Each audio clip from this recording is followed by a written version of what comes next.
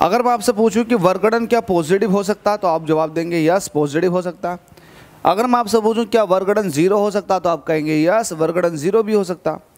मैं आपसे पूछूं क्या वर्क डन निगेटिव हो सकता है तो आप कहेंगे यस वर्क डन निगेटिव भी हो सकता। क्यों, ऐसा क्यों बोल रहे हो आप? ऐसे इसलिए बोल रहे हैं क्योंकि आपको जब भी वर्क डन कैलकुलेट करना होता है तो फोर्स और डिस्प्लेसमेंट के बीच एंगल भी देखना होता है। ठीक है, तो फोर्स और डिस्प्लेसमेंट के बीच एंगल जो है वो ये डिसाइड कर देता है कि वर्क डन जीरो होना है, पॉजिटिव होना है या फिर निगेटिव होना। अब लेट अस सपोज कि ये आपके पास कोई ब्लॉक है, ब्लॉक इस तरफ को मूव कर रहा है, मतलब इस पर फोर्स भी इधर को लग रही है और इसका डिस्प्लेसमेंट भी इधर को ही आ रहा है। तो इसका मतलब फोर्स और डिस्प्लेसमेंट दोनों सेम डायरेक्शन में होने की वजह से एंगल 0 डिग्री हो जाएगा। तब इस केस में अगर वर्क डन देखोगे तो ये होता है force into displacement into cos theta. अब यहाँ पर फोर्स इंटू डिस्प्लेसमेंट और थीटा की जगह रख दो कोस 0।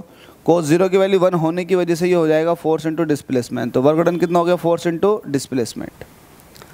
लेकिन तो ये तो देखो पॉजिटिव हो गया, लेकिन ये वाला अगर केस ले लिया जाए कि ये आपके पास एक बॉडी है, फोर्स लगी है इधर को और by the way displacement body के अंदर पीछे की तरफ को हो गया। अब आप कहोगे ऐसा तो पॉसिबल ही नहीं है कि फोर्स आगे को लगाए डिस्प्लेसमेंट पीछे को, तो पॉसिबल है। कैसा पॉसिबल है?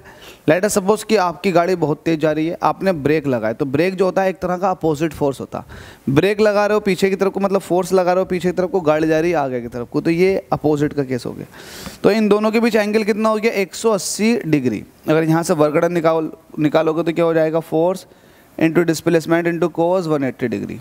कोस 180 की वैल्यू होती है -1, तो ये हो जाएगा कोस -1, इसकी वैल्यू -1 आ जाएगी। कोस 180 की वैल्यू लिख दो -1, तो -1 से किसी की मल्टीप्लाई करो माइनस में आ जाएगा, तो मतलब वर्क डन की वैल्यू माइनस के एफएस हो गई। तो यहाँ पर पॉजिटिव, यहाँ पर निगेटिव, तो इट में भी positive negative and zero. Zero का केस भी समझ लो। जीरो का केस ये है कि लेट अस सपोज कि फोर्स लग रही है इधर को, लेकिन डिस्प्लेसमेंट इधर को हो रही है। डिस्प्लेसमेंट और फोर्स के बीच में जो एंगल है वो 90 डिग्री है। तब आप वर्क डन देखेंगे, ये हो जाएगा एफ एस कोस 90। कोस 90 की वैल्यू 0 होने की वजह से वर्क डन 0 हो जाएगी। ऐसा कोई एग्जांपल है क्या? यस, मैं ये कह रहा हूँ कि ऑब्जेक्ट आगे को जा रहा है, लेकिन ग्रेविटेशनल फोर्स कितना वर्क करवा रहा होगा?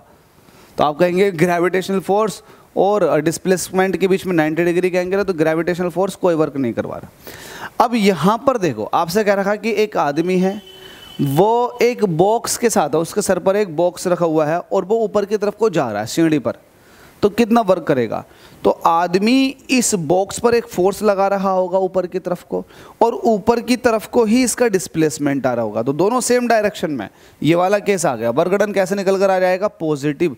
तो पॉजिटिव ऑप्शन ए के अंदर है, तो 13 का ए हो जाएगा। डिटेल समझा दी मैंने इसकी, इस तरह के सारे क्वेश्चन लग जाने चाहिए अब आपसे।